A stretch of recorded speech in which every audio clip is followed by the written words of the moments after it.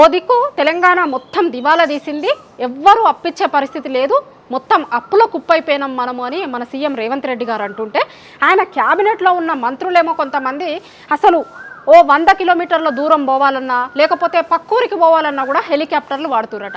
ఇవాళ తెలంగాణ జనం ప్రశ్నిస్తుంది ఏంటి అంటే, ఒక దిక్కు అప్పుల కుప్ప అవుతుంది తెలంగాణ అని అనుకుంటేనే పక్కూరికి పోవాలన్నా కూడా హెలికాప్టర్లు ఎందుకు వాడుతున్నారు, ఎందుకు ఎక్స్ట్రా ఖర్చులు చేస్తున్నారు, ప్రభుత్వం దుబారా ఖర్చులు ఎందుకు పెడుతున్నది, వాళ్ళ క్యాబినెట్లో ఉన్నటువంటి మంత్రులు ఈ దుబారా చేసేటువంటి ఖర్చులు తగ్గించుకుంటే మాకు ఇంకా కొన్ని పథకాలు మీరు చేస్తాము అన్నటువంటి హామీలు అమలు చేయొచ్చు కదా, ఎందుకు ప్రభుత్వ సొమ్ముని దుబారాగా మీ క్యాబినెట్లో ఉన్నటువంటి మంత్రులు వాడుకుంటారు, మాకు పథకాల దగ్గరికి వచ్చేసరికి మాత్రం తెలంగాణ అప్పుల కుప్పైంది, దివాలా తీసింది, పైసలు లేవు పథకాలు ఇచ్చేందుకు అనే మాట మాట్లాడుతున్నారు. ఎందుకు రెండు రకాల వాదనలు వినిపిస్తున్నారు? పైసలు లేనప్పుడు పైసలు లేనట్టుగానే ఉండాలి కదా, మంత్రులు ఎందుకు విలాసాలకు పోతున్నారు అని ప్రశ్నిస్తున్నారు ఇవాళ తెలంగాణ జనం.